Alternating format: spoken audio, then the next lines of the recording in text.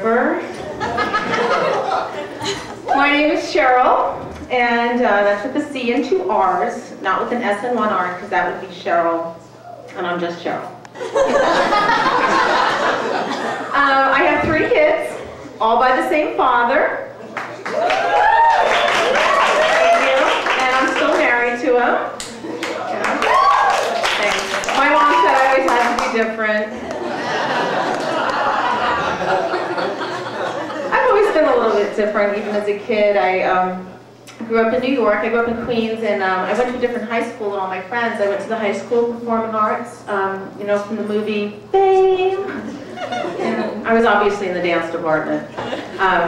I went there the year that the movie came out, and so it was a really exciting time. This is really bright. It was a really exciting time. And the movie was just like the school. It was really exhausting dancing on taxi cabs every day and watching it. That movie Flashdance was out around the same time, and it was so cool. I was like, oh, I love Jennifer Beal. And like I wore the cut-off sweatshirt, carried the dance bag, took up welding. I learned a lot of technique from that movie too. I learned that if a guy buys you lobster, it's only right that you rub his balls under the table. It worked. Right, honey? I could really use some lobster tonight. Anybody go for a ball rub? Okay. Oh, you have balls? That's pretty high. Your pants are too tight. So, right out of high school, I was very fortunate. I got my first gig as a showgirl with a circus. Yeah, it was really cool. I'd never been anywhere. I'd never been on a plane. I'd never been to Florida, and it was just like, wow. I got there, there's elephants and tigers and midgets everywhere, midgets, clusters of midgets, midget cliques, so many midgets. The only way to describe it would be like, it was like a circus. Crazy. I was really cocky too, because I just got the job right out of high school, and I'd go to auditions, and you know, I'd walk in with my little dance bag and be like, I don't think I need a resume. I told you I worked for the greatest show on earth. Hello. Oh. What was I talking about? Greatest show on earth. So I had a boyfriend in the circus. I introduced him to my dad, and he was like, "Who's this clown?"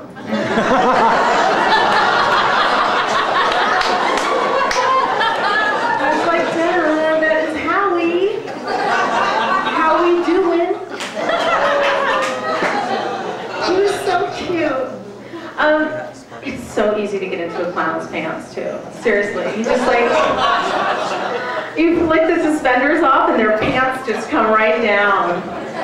And then you have to do that whole clown foreplay where you pull off that first set of boxers and the other 18 just keep on coming. That's great. Okay, and that nose, ooh, one fabulous accessory. All right, the squeaking is a little distracting. And one time, I know my kids are like walking out the door right now.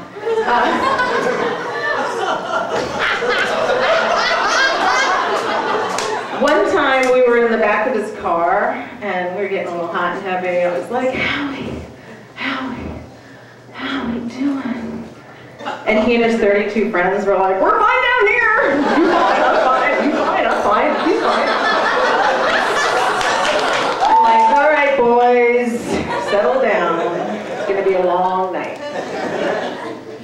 And I dated this other guy. He used to keep me up all night long, just working his magic on me. He was a magician. And I didn't date him that long, but sometimes I think maybe he didn't remember my name, because every time we'd go out, he'd introduce me as his lovely assistant. which of course always prompted me to go. You know, we got a lot of looks. It could be the fact that he was wearing like a top hat and a cape and kabuki makeup in public. The first time I went to his house, I remember we walked in and there was this little square box curtain on the ground, and he pulled it up and he shook it and dropped it. I was like, whoa! Wow, quick change. Yeah, anyway. Magicians are really sensitive to, especially, you know, there's certain things you don't want to say to a magician, especially in bed. You don't want to be like, I've seen that one before.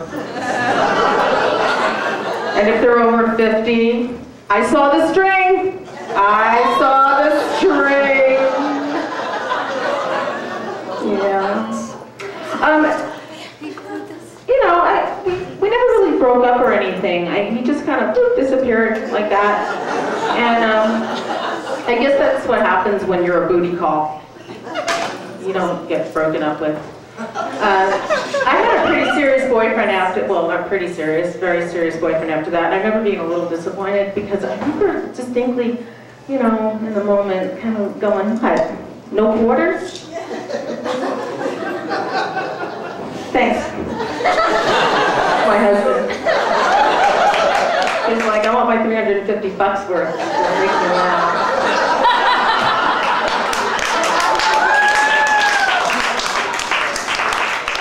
Yeah.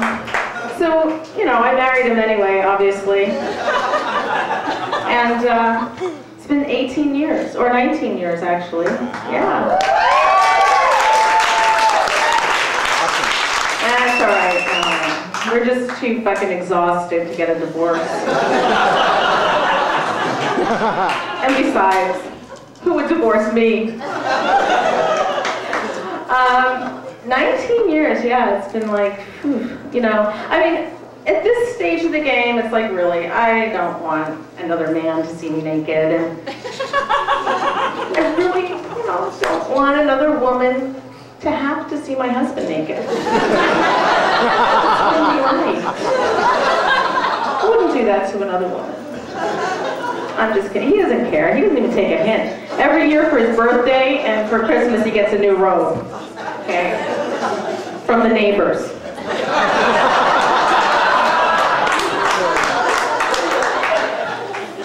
Last year he got an outdoor robe. I didn't even know they made those. Now he's like mowing the lawn. Look, honey, outdoor robe. Water, and he goes, waterproof. And you know, after all these years, you know, he's still a little jealous when I go to parties, you know, well, children's parties. Just the other day, I came home and he's like, it's 3:30 in the afternoon. Where have you been? I'm like, is that a balloon animal in your car? Do I smell helium on your breath? Cheryl, I want you to be honest with me. Were there clowns there? I'm like, all right, I'm going to be honest with you. There was a mime there, but he didn't say a word to me. Thank you very much.